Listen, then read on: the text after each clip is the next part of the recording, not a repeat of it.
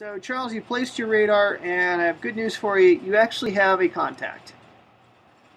Somewhere within that 2-hex belt, Freya has detected something. So I'll move the sweep counter away. Wurzburg didn't find anything. Your sweep marker is going to go there. So somewhere within 2 hexes of Freya, you have a contact. Now, here's a tip. Try to use both your radars to get a good cone on it. You want to try to do any tallies or anything like that? Oh, absolutely. Although it doesn't sound helpful. It's basically free, so why not? Right? Yeah, you didn't find anything. Alright, next turn. Bombers are moving.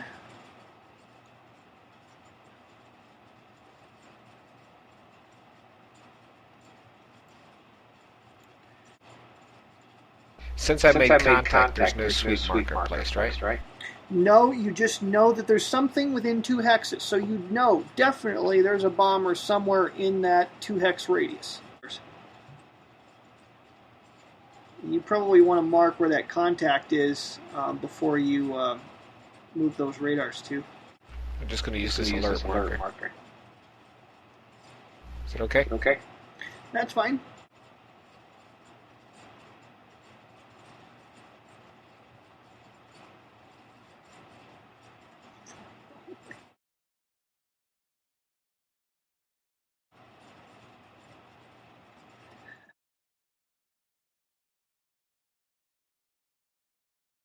Okay, all done.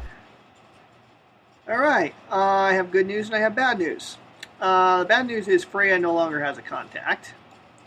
The good news is Wurzburg does.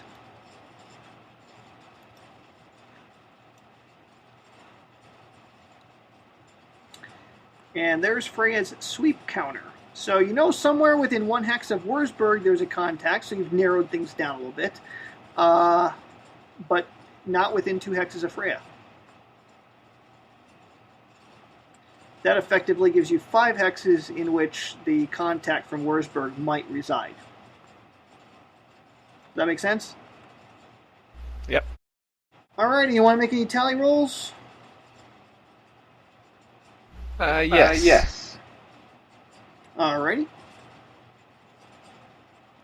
You didn't find anything. Sorry, dude. Okay. Alright, so let's clear everything off. We go to the next turn. And this is a 2 movement point turn for the bombers, who are now moving along. And I'm not even bothering to pass off those searchlight things for that bomber toward the bottom. He's kind of irrelevant at this stage. Okay. So my bombers have moved.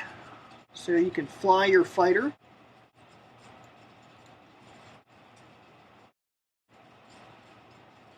Alright, you may position your radars. One thing that does make it easier for the player is the bombers are flying in a linear direction, so imagine how confusing it would get if they were to fly in other directions. Like to move it there, I'm sorry. Okay, just making sure. Alright, well, I have good news for you. That is, both have a contact. So I'll move both those sweep markers aside. So there are 2 contacts right now. Now we move to the searchlight phase, and there are searchlights playing in area K. So because there is moon, you may roll 4 dice. Okay, so you roll 4, 1, 5, 1. So 4, 1, and 5. Let me check the bombers. Give me a second. Each bomber has a number in the upper left-hand corner. I'm trying to figure out why there's a number in the lower right-hand corner on the Vassal module. I'm not sure exactly what that's all about. So I'm using the number that I assigned them in the upper left-hand corner, in case you're watching my video. Okay, so you actually have a fix on a contact right there. For Charles to win, he does need to shoot this bomber down. Now, since there's a fix on it and it is within 5 hexes of his Nightfighter, he is actually in a prime position to do a tally. So you may roll for tally. And you have a tally on that target.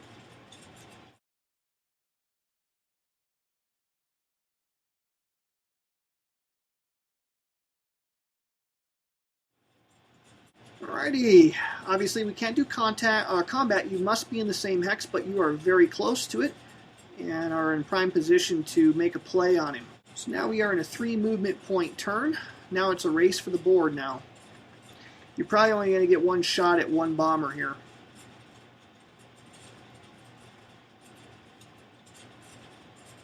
First bomber of the mission has left. There are still 2 left in play, one of which has been fixed by searchlight and tally. Now I'm not so sure how important your radar is as much now as your searchlights and your eyeballs on the plane. So the bombers have moved. You may now maneuver your aircraft. The radar kind of helped direct your fighter to the general area of where the fighters were. So you were in the right place for when they got passed off into the searchlight belt. So your tactics there were actually pretty good. But now that they're in the searchlight belt, the searchlights are going to be more effective than your radar is right now. You can still continue to use your radar. It's just, not terribly helpful to you. The question you have to ask is, did you find the last one on the stream, or did you find the middleman?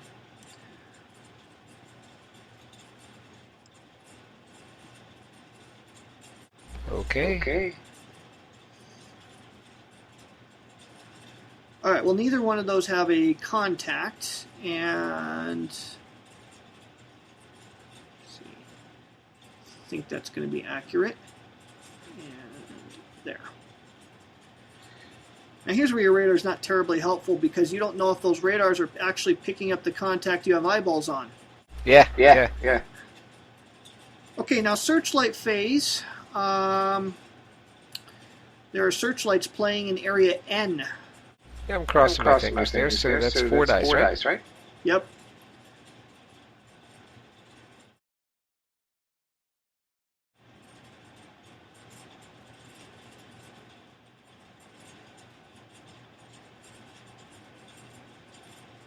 Well, there you go. You have eyeballs on, or at least a fix on the other, searchlight fix on the other plane. The problem is if your attack on this one fails, you probably won't get a shot at the other one because the bombers are almost as fast as you are. Ju-88's got a lot of guns. It's just not very fast. All right, so lucky for you, we move to turn 13 now.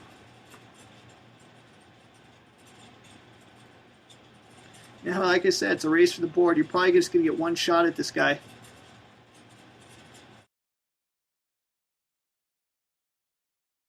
Oh, and by the way, you do have to be facing the same direction as the bomber to make your combat roll, so you probably don't want to do any turns.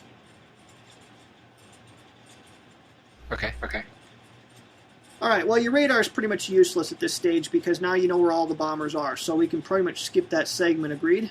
Yep. Okay, so here's the deal. You have 2 bombers in the same searchlight area, and now the one bomber has actually entered into the new searchlight zone, so he can't get passed off because you can only have one bomber fixed by the target. So you're actually going to lose the fix on the guy that you have a tally on because the other bomber entered that zone first and already had a fix. So, but you still got your tally on him. And there's no need to maintain a fix within a zone, so we don't have to dice for the guy that already has a fix. He maintains it indefinitely until that bomber leaves that zone.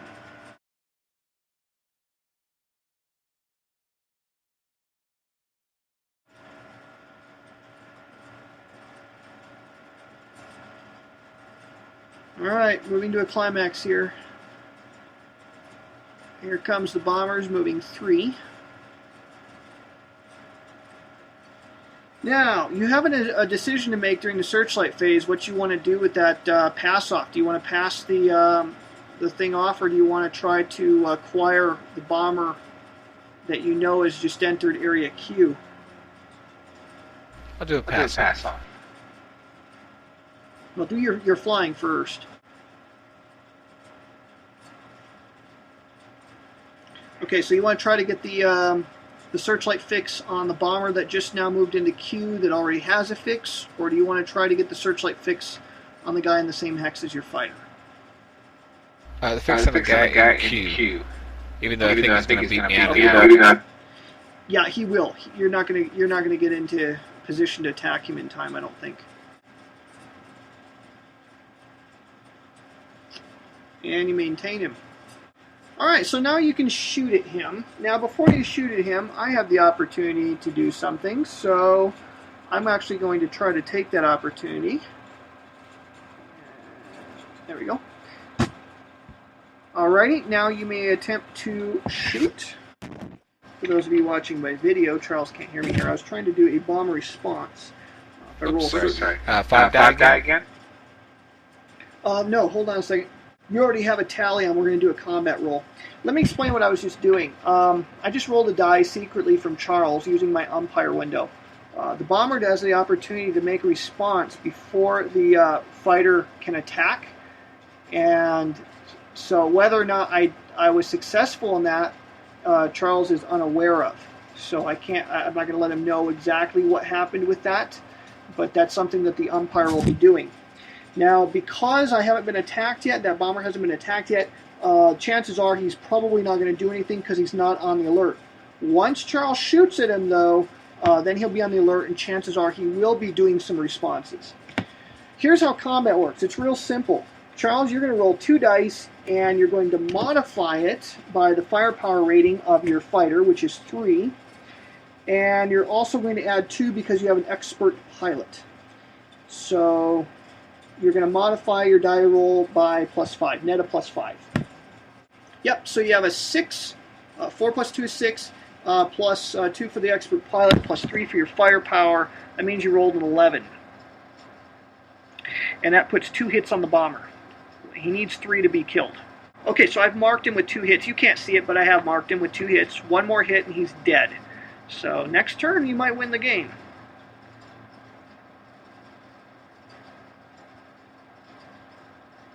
Alright, here we go. The bombers are going to move, and it is a non-asterisk turn.